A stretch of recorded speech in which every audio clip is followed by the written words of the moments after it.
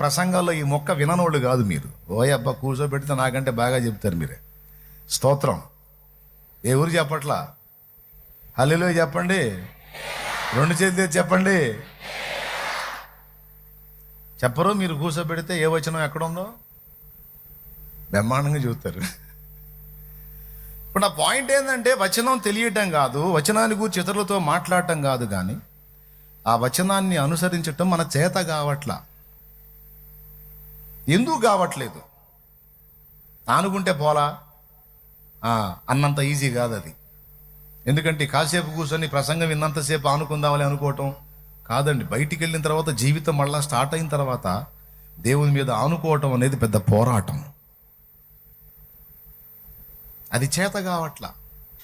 ఎందుకు కావట్లేదో అది చెప్పి, దాని విషయంలో దేవుడు ఏం చేస్తాడో అది చెప్పి, ఈ రెండు ముక్కలు చెప్పి నేను ముగించకపోతే అప్పుడు అడగండి.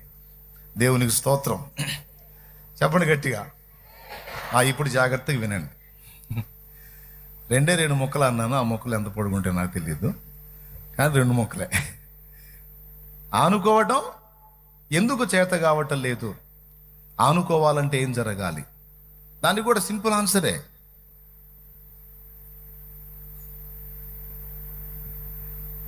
మన మీద మనకి విశ్వాసం ఉన్నంత వరకు, లేదా మన తోటి వ్యక్తుల మీద మనకి విశ్వాసం ఉన్నంత వరకు దేవునిని విశ్వసించలేం. దేవునిని మనం పూర్ణంగా విశ్వసించాలంటే మనకు రెండు జరగాలి. ఒకటి, మన మీద మనకి విశ్వాసం పోవాలి. రెండు, మనం ఎవరి మీద ఆనుకొని ఉన్నామో వాళ్ళ మీద కూడా విశ్వాసం పోవాలి. ఈ రెండు విధములైన విశ్వాసం మనలో ఉన్నందున మనం దేవునిని పూర్తిగా విశ్వసించలేకపోతున్నాం అని నేను చెప్పింది నిజమా కాదా? ఇది సమస్య. ఎందుకు పూర్తిగా ఆయన మీద ఆనుకోలేకపోతున్నాం అంటే, కనబడని దేవుని నమ్మే కంటే కనబడే మనిషిని నమ్మటం ఎక్కువ మనం. అంతేకాదు, కనబడని దేవుని జ్ఞానాన్ని నమ్మటం కంటే మన పిచ్చి తెలివి మీద మనకు నమ్మకం. ఏం తెలివి మీద? మన సోది తెలివితేటల మీద మనకు మహానమ్మకం. అలాగే మనకాడి సోదరులు ఉంటారుగా, మనకు తోడైన వాళ్ళు, వాళ్ళ తెలివితేటల మీద మనకి ఇంకా నమ్మకం. ఇది మనకు తెలియకుండానే మనకి ఎక్కువ విషయం. ఇది మనకు తెలియకుండానే మనలో బాగా పేరుకుపోయినటువంటి సంగతి. ఇది ఒక రేంజ్లో మనలో ఉన్నందున దేవుని మీద ఆనుకోవటం, దేవుని మీద ఆధారపడటం అనేది మనకు పెద్ద ప్రాబ్లం అయిపోయింది, పెద్ద సమస్య అయిపోయింది.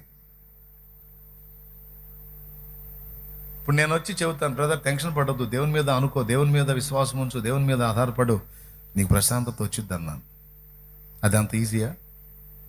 ఓయబ్బా, నువ్వు డబ్బు మీద అనుకున్నావో, మనుషుల మీద అనుకున్నావో, నీ మీద అనుకున్నావో, ఎవరి మీద అనుకున్నావో, నీ లోపల ఎవరి మీద నువ్వు డిపెండ్ అయి ఉన్నావో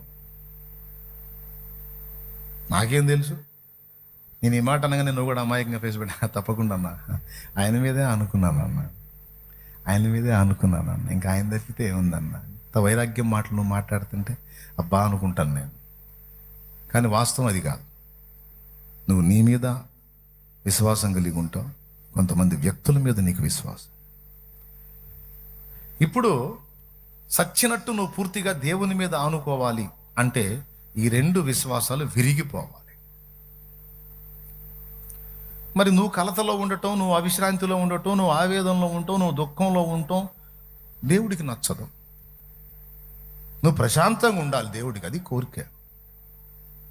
దేవుడు అనుగ్రహించిన దాంతో నువ్వు తృప్తిగా ఉండాలి, నువ్వు వర్ధిల్లాలి, నువ్వు క్షేమంగా ఉండాలి, నీ ముఖంలో ఎప్పుడు సంతోషం చూడాలి. దేవుడి కోరిక అది. ఏ కూతురైనా ఏడుపు కొట్టు ముఖం వేసుకొని నాన్న ముందుకు వస్తే అబ్బా ఎప్పుడు ఇట్టనే